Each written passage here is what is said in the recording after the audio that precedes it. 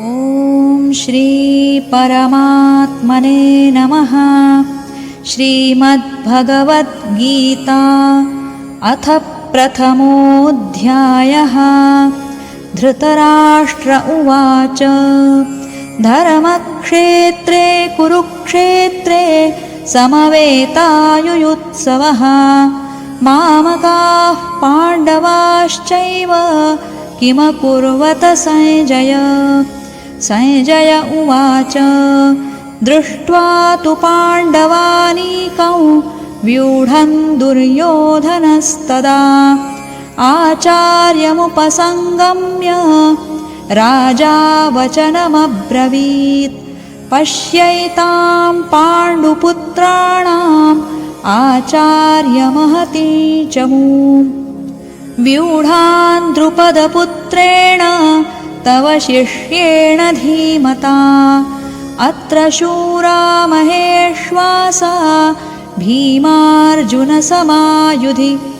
युयुधानो विराटश्च द्रुपदश्च महारथः धृष्टकेतुश्चेकितानः काशिराजश्च वीर्यवान् पुरुजित् कुन्तिभोजश्च शैब्यश्च नरपुङ्गवः युधामन्युश्च विक्रान्त उत्तमौजाश्च वीर्यवान् सौभद्रो द्रौपदेयाश्च सर्व एव महारथाः अस्माकं तु विशिष्टाये तान्निबोधद्विजोत्तमा नायका मम सैन्यस्य संज्ञार्थं तान् ब्रवीमि ते भवान् भीष्मश्च कर्णश्च कृपश्च समितिर्जयः अश्वत्थामा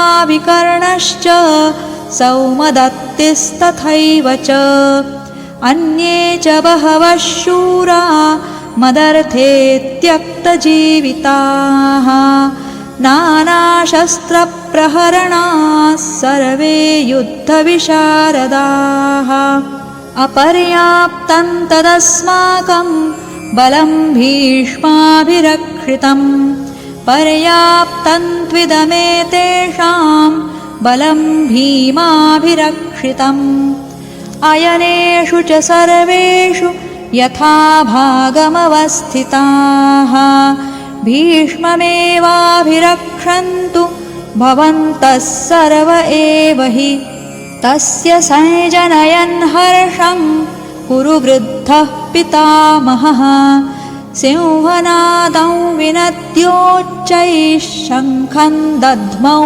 प्रतापवान् ततः शङ्खाश्च भैर्यश्च पणवानकगोमुखाः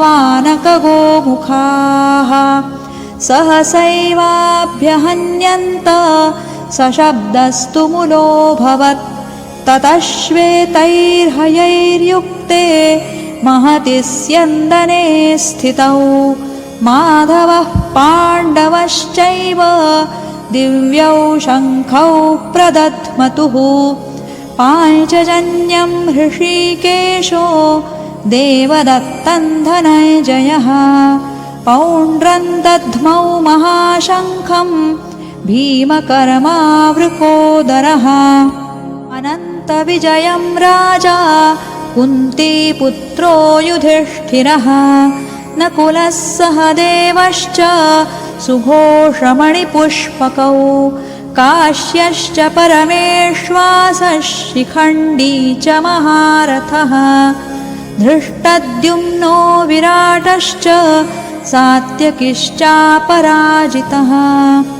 द्रुपदो द्रौपदेयाश्च सर्वशः पृथिवीपते सौभद्रश्च महाबाहुः शङ्खान् दध्मुः पृथक् पृथक् सघोषोधार्तराष्ट्राणां हृदयानि व्यदारयत् नभश्च पृथिवी चैव तुमुलोऽव्यनुनादयन् अथ व्यवस्थितान् दृष्ट्वा धार्तराष्ट्रान् कपिध्वजः प्रवृत्ते शस्त्रसम्पाते धनुरुद्यम्य पाण्डवः। ऋषिकेशं तदा वाक्यम् इदमाह महीपते। अर्जुन उवाच सेनयोरुभयोर्मध्ये रथं स्थापयमेच्युत। यावदेतान् निरीक्षेऽहं योद्धुकामानवस्थितान्। कैर्मया सह योद्धव्यम् अस्मिन् रणसमुद्यमे। योत्स्यमानानवेक्षेऽहं य एतेऽत्र समागताः। धार्तराष्ट्रस्य दुर्बुद्धेर्युद्धे प्रियचिकीर्षवः। संजय उवाच एवमुक्तो ऋषिकेशो गुडाकेशेन भारत। सेनयोरुभयोर्मध्ये स्थापयित्वा रथोत्तमम्। भीष्मद्रोणप्रमुखतः सर्वेषां च महीक्षिताम्। उवाच पार्थ पश्यैतान् समवेतान् कुरूनिति। तत्रापश्यत् स्थितान् पार्थः पितॄनथ पितामहान्। आचार्यान् मातुलान् भ्रातॄन् पुत्रान् पौत्रान् सखींस्तथा। श्वशुरान् सुहृदश्चैव सेनयोरुभयोरपि। तान् समीक्ष्य स कौन्तेयः सर्वान् बन्धूनवस्थितान्। कृपया परयाविष्टो विषीदन्निदमब्रवीत्। अर्जुन उवाच दृष्ट्वेमं स्वजनं कृष्ण युयुत्सुं समुपस्थितं।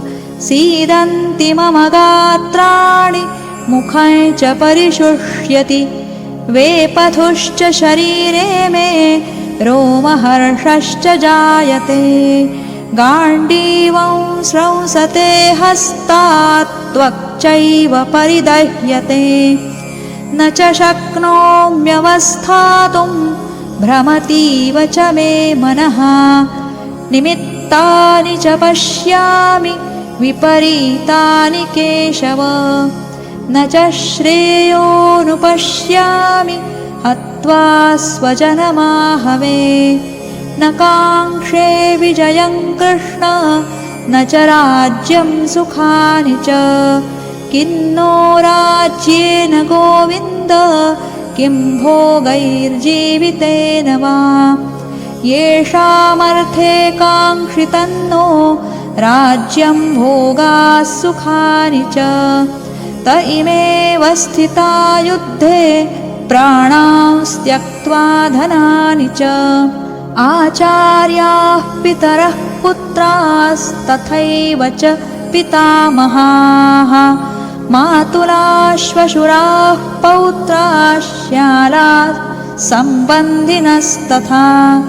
एतान्न हन्तुमिच्छामि घ्नतोऽपि मधुसूदन। अपि त्रैलोक्यराज्यस्य हेतोः किन्नु महीकृते। निहत्य धार्तराष्ट्रान्नः का प्रीतिः स्याज्जनार्दन।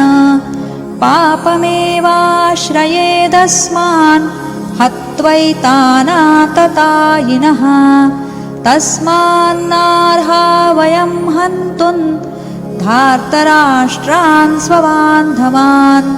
स्वजनं हि कथं हत्वा सुखिनः स्याम माधव। यद्यप्येतेन पश्यन्ति लोभोपहत चेतसः। कुलक्षयकृतं दोषं मित्रद्रोहे च पातकम्। कथं न ज्ञेयमस्माभिः पापादस्मान्निवर्तितुम्। कुलक्षयकृतं दोषं प्रपश्यद्भिर्जनार्दन। कुलक्षये प्रणश्यन्ति कुलधर्माः सनातनाः। धर्मे नष्टे कुलं कृत्स्नम् अधर्मोऽभिभवत्युत। अधर्माभिभवात् कृष्ण प्रदुष्यन् यन्ति कुलस्त्रियः स्त्रीषु दुष्टासु वार्ष्णेय जायते वर्णसङ्करः संकरो नरकायैव कुलघ्नानां कुलस्य च पतन्ति पितरो ह्येषाल्लुप्तपिण्डोदकक्रियाः दोषैरेतैः कुलघ्नानां वर्णसङ्करकारकैः उत्साद्यन्ते जातिधर्माः कुलधर्माश्च शाश्वताः उत्सन्नकुलधर्माणां मनुष्याणाय जनार्दन नरके नियतं वासो भवतीत्यनुशुश्रुम अहो बत महत्पापं कर्तुं व्यवसिता वयं यद्राज्यसुखलोभेन हन्तुं स्वजनमुद्यताः यदिमामप्रतीकारम् अशस्त्रं शस्त्रपाणयः धार्तराष्ट्रारणे हन्युस्तन्मे क्षेमतरं भवेत् संजय उवाच एवमुक्त्वार्जुनः सङ्ख्ये रथोपस्थ उपाविशत् विसृज्य सशरं चापं शोकसंविघ्नमानसः ॐ तत्सदिति श्रीमद्भगवद्गीतासु उपनिषत्सु ब्रह्मविद्यायां योगशास्त्रे श्रीकृष्णार्जुनसंवादे अर्जुनविषादयोगो नाम प्रथमोऽध्यायः। ॐ श्रीकृष्णार्पणमस्तु।